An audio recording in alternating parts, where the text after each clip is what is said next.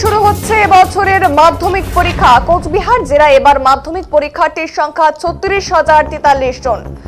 আবার একবার জানাবো এই মুহূর্তের যে বিশেষ আপডেট। সোমবার থেকে শুরু হচ্ছে এবছরের মাধ্যমিক পরীক্ষা, আর কোচবিহার জেলায় এবার মাধ্যমিক পরীক্ষার্থীর সংখ্যা ৩৬,০৪৩ জন। এর মধ্যে রেগুলার ছাত্র পরীক্ষার্থীর সংখ্যা ১৫,১০২ জন, আর রেগুলার ছাত্রী পরীক্ষার্থীর সংখ্যা ১৮,০৭৩ জন। সিসি ছাত্র পরীক্ষার্থীর সংখ্যা ৬৩৭ সিসি ছাত্রী, আর তাদের পরীক্ষার্থীর সংখ্যা ২,১৮৮ জন।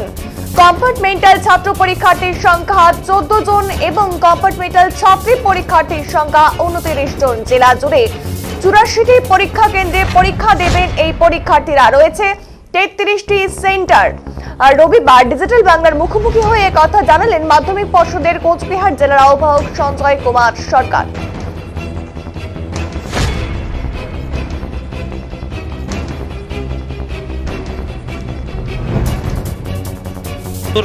মোট ছাত্রছাত্রীর সংখ্যা ৩৬,০৪৩ জন, যার মধ্যে রেগুলার মেল ক্যান্ডিডেট ১৫,১০২ জন, ফিমেল ক্যান্ডিডেট ১৮,০৭৩ জন, সিসি মেল ৬৩৭ জন, সিসি ফিমেল ২,১৮৮ জন, কম্পার্টমেন্টাল আছে ১৪ জন মেল এবং ২৯ জন ফিমেল।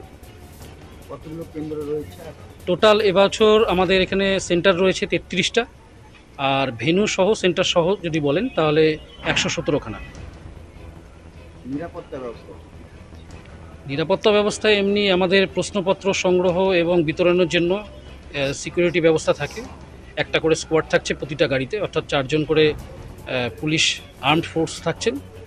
আর এমনিতে প্রতিটা পরীক্ষা কেন্দ্রে পর্যাপ্ত পরিমাণে পুলিশ মোতায়েন থাকছে। কতগুলো জায়গা থেকে প্রশ্নপত্র ডিস্ট্রিবিউশন হবে?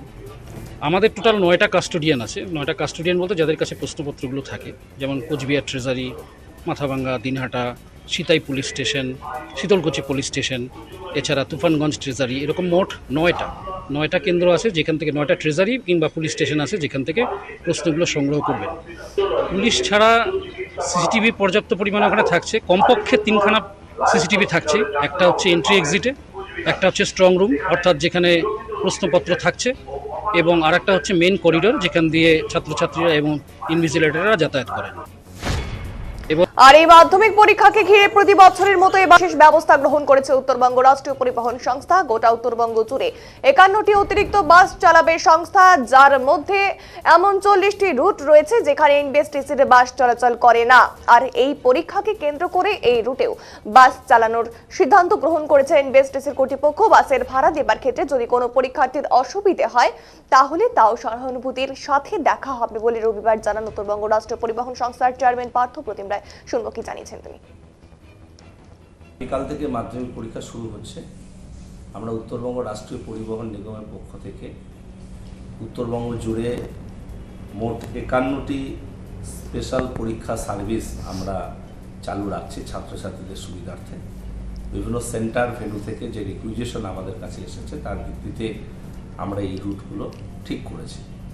এই 51টি রুটের মধ্যে যে স্পেশাল সার্ভিস চলবে তার মধ্যে 40টি আনকনভেনশনাল রুট, অর্থাৎ যেখানে আমাদের বাস চলে না কিন্তু পরীক্ষার্থীদের সুবিধার জন্য সেরকম 40টি রুটে আমরা পরীক্ষার জন্য বাস চালাচ্ছি, এবং 11টি রুটে আমাদের কনভেনশনাল রুট সেখানে অতিরিক্ত বাস পরিষেবা দেওয়া হচ্ছে। এরকমভাবে আমরা পরীক্ষার্থীদের স্বার্থে এই কর্মসূচিটি গ্রহণ করেছি। তারা সরকারি যে ভাড়া রয়েছে সেই ভাড়াতেই যাওয়া আসা করবে। কারো যদি ভাড়া দিতে অসুবিধা থাকে সেক্ষেত্রেও আমরা বিষয়টি সহানুভূতির সঙ্গে দেখবার জন্য আমাদের কন্ডাক্টরদের নির্দেশ দিয়েছি। আমরা প্রত্যাশা করি যে অত্যন্ত সুন্দরভাবে পরীক্ষার্থীরা তাদের ভেন্যুতে পৌঁছতে পারবে। আমরা উত্তরবঙ্গ রাষ্ট্রীয় পরিবহন নিগম কন্ট্রোল রুম খুলেছি। প্রত্যেকটা ডিপো থেকে বিষয়গুলোকে কন্ট্রোল করা হবে। আমরা নিজেরাও সার্ভিলেন্সে থাকবো যাতে পরীক্ষার্থীদের কোনো অসুবিধা না হয়। আমরা সমস্ত মাধ্যমিক পরীক্ষার্থীদের শুভকামনা জানাচ্ছি। আর এই পরীক্ষা কেন্দ্রে অর্থাৎ এই পরীক্ষায় কেন্দ্র করে রবিবার চরম পর্যায়ের প্রস্তুতি দেখা গেল কোচবিহার শহরের মাধ্যমিক পরীক্ষার কেন্দ্রগুলিতে। এমনই এক পরীক্ষা কেন্দ্র কোচবিহার মহারানী ইন্দিরা দেবী বালিকা বিদ্যালয়।